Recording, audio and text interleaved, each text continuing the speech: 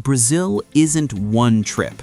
It's two different Brazils, and distance is the border. If you only have 7 days, one decision will define everything. Most first-timers draw the red arrow. Beaches, cities, Amazon, all in 1 week. It looks ambitious. It's actually a trap, because in Brazil, moving is the hidden tax. This video isn't a top 10 list. It's the framework that changes how you think about traveling Brazil. Here's what happens to almost every first-time visitor. They open Google Maps, they see the beaches, the Amazon, Rio, São Paulo, the dunes, and they think, I can fit all of this in a week. They can't. It turns into a trip that feels like airports, with Brazil in between. So here's what we're going to do. I'm going to show you 2 routes. Each one gives you a completely different Brazil. Either route can be amazing. The mistake is trying to do both. At the end, you'll pick A or B, but you'll understand the trade-off. Brazil is continental, roughly the same size as the continental United States, so your real budget isn't money, it's time. Every extra flight costs you a day. The smart move is simple. Choose one spine and build outward. You want enough contrast to feel like you've seen different sides of Brazil, but not so much distance that your trip becomes a logistics exercise. If your map has more than one long flight, it's already the red arrow. In a minute, you'll choose Power Corridor or Soul Coast, but first, here's the rule that makes both work.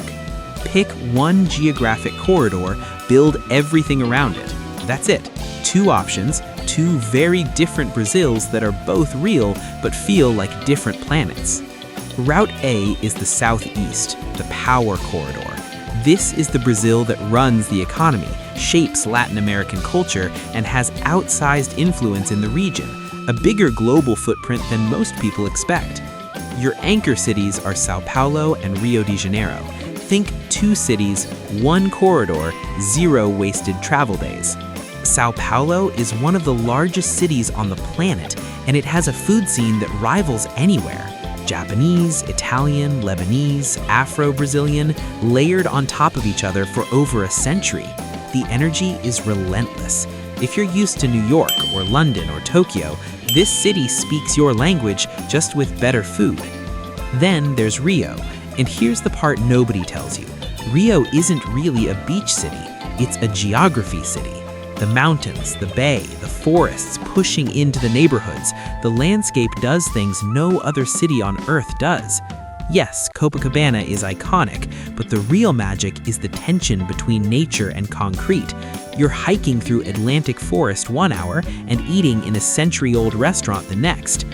If you have a spare day in this corridor, escape the cities. The mountain towns above Rio, Petrópolis, for example, or the coast toward Paraty give you a completely different texture without burning a full travel day. Why does the Power Corridor work? Connectivity, high-frequency flights, dense experiences, short distances, more Brazil, less logistics. São Paulo and Rio are connected by a major highway corridor with frequent connections. International flights land in both cities daily. But here's the trade-off, and it's brutal.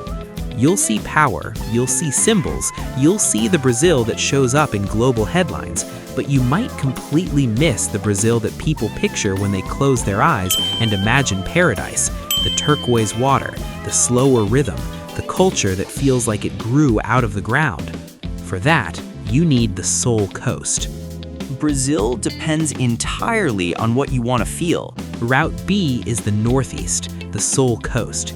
You base in one city, you take short day trips, you actually stay put. Think 1 days, short day trips, and time that actually feels like a vacation.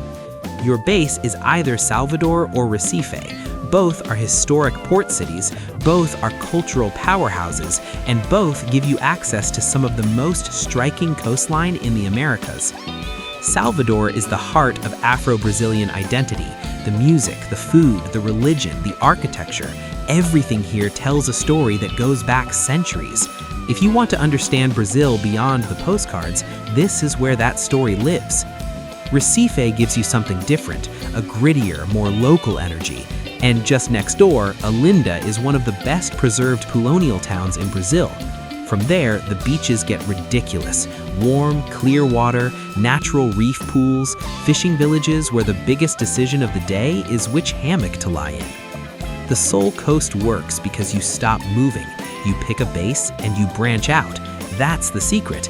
In Brazil, staying put can show you more. The food alone justifies the route. Moqueca, a slow-cooked seafood stew in coconut milk and palm oil. Tapioca crepes filled with cheese and coconut, fresh tropical fruit you've probably never heard of. This isn't restaurant food. This is street food that makes you rethink what street food can be. But the trade-off is real. You'll get the soul, the rhythm, the kind of experience you feel in your body, not just in your camera roll, but you'll miss the Brazil that runs the economy, the skyscrapers, the global ambition, the scale. The power corridor is immense. The Soul Coast is intimate. They're both true. They're both Brazil. Now you see why the classic tourist mistake is so painful. Sao Paulo, then Rio, then Salvador, then maybe the Amazon, all in 7 days. It looks amazing on paper. It looks like ambition. It looks like you're getting your money's worth. But answer me this. When do you actually sit down and experience something? You don't. You experience check-in counters. You experience the inside of taxis. You experience that specific kind of exhaustion where you're in one of the most vibrant countries on Earth and you're too tired to care. If your itinerary looks like a highlight reel, your trip will feel like a layover. That's not a clever phrase. That's what I hear from people who come back and say, I went to Brazil, but I didn't really feel it. 7 days is not a limitation. It's a filter. It forces you to choose, and choosing is what makes a trip actually mean something. So here's the takeaway.